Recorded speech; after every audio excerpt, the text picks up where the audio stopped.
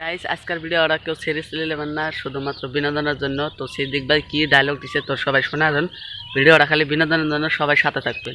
Guys তো আজকে আমি কথা বলবো গাইবান্ধার একটা মাংমারানিকে নিয়ে। তো তিনি খুবই প্রথমত ভাইরাল, তার নাম সিদ্দিক সুর। তো তিনি কিছু বলতে পারে না, কইতে পারে না, তাও ঠিক আছে, ভাইরাল কোনো কথা নাই। তিনি একটা ডায়লগ দিবার দিচ্ছে। তো ডায়লগটা আপনারা ফার্স্টে শুনবেন আর কি। ডায়লগটা কি টাইপের ডায়লগ, একটা ডায়লগ দিবার দিছিল ওই সুর ডাক সিদ্দিক সুর। ডায়লগ দিবার দিছিল যে কার এত বড় কলিজা, কার এত বড় কলিজা এই সিদ্দিক সুরের পাম্প চুরি করে নিয়ে যায়, কার এত বড় কলিজা। তো তিনি এই মাংমারানি কি কইছে জানান, কইছে কার এত বড় কল্যা, কার এত বড় কল্যা। বিশ্বাস না আমার ভিডিওটা দেখেন।